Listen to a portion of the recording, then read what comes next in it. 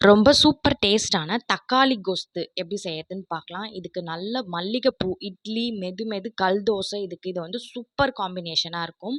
ரொம்ப ஈஸியா செஞ்சிடலாம். எங்க அம்மா எப்படி செய்வாங்களோ, அதே மாதிரி சொல்லியிருக்கேன். மறக்காம ட்ரை பண்ணிட்டு எப்படி இருக்குன்னு சொல்லுங்க. வீடியோ புடிச்சிருந்தா லைக் பண்ணுங்க, சப்ஸ்கிரைப் பண்ணுங்க. இதுக்கு இதெல்லாம் தான் தேவையான இன்கிரீடியன்ட். இப்போ வாங்க பார்க்கலாம். இப்போ இது மாதிரி நல்லா பழுத்த நாட்டு தக்காளி 4 பெரிய தக்காளி எடுத்துக்குங்க. நல்லா பழுத்து இருக்கணும். இப்போ வந்து கடாயில ஒரு 4 டேபிள் ஸ்பூன் எண்ணெய் சேர்த்து, 1/2 டீஸ்பூன் கடுகு, உளுத்தம் பருப்பு, சீரகம் சேர்த்து நல்லா பொரிய விட்டுக்குங்க. 4 காஞ்ச மிளகாய் கிள்ளி சேர்த்துக்குங்க. ஒரு குச்சி கருவேப்பிலை இலை, 4 பல் தட்டின பூண்டு சேர்த்து நல்லா பொரிய விட்டுட்டு, ஒரு சின்ன சைஸ் வெங்காயம் சும்மா இப்படி ரஃப்பா சாப் பண்ணி கொஞ்சமா உப்பு சேர்த்து வதக்கிக்கிங்க.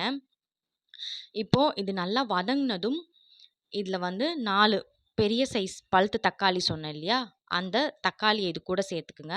சேர்த்து இந்த மாதிரி சும்மா ரஃப்பா இப்படி கலந்து விட்டு, ஒரு தட்டு போட்டு மூடி, ஒரு சிம்ல வந்து ஒரு 5 மினிட்ஸ் வந்து வேக விடுங்க.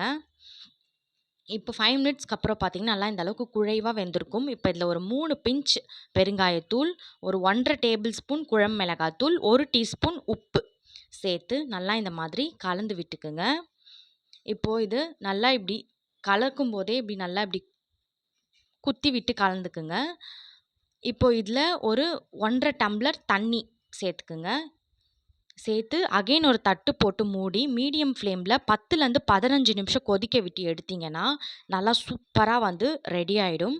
இப்போ இத அப்படியே வந்து ஒரு ஒரு பருப்பு கடையிற ஒரு சட்டியில, மண் சட்டியில சேர்த்து, நல்லா இந்த மாதிரி மத்து வச்சு கடையணும். இந்த ரெசிபியுடைய ஹைலைட்டே வந்து பார்த்தீங்கன்னா, இந்த மாதிரி மண் சட்டியில மத்து வச்சு கடையிறது தான். நீங்க மிக்ஸிலலாம் கடைஞ்சீங்கன்னா, நல்லா வராது. இந்த அளவுக்கு கடைஞ்சி எடுத்துக்கோங்க. நல்லா சூப்பரா ரெடி ஆயிடும். அவ்வளோதான். இதோட நல்லா செம்ம டேஸ்ட்டான தக்காளி கொஸ்து ரெடி ஆயிடுச்சு. இது இட்லி, தோசைக்கு அவ்ளோ சூப்பரா இருக்கும். ட்ரை பண்ணிட்டு எப்படி இருக்குன்னு மறக்காம சொல்லுங்க.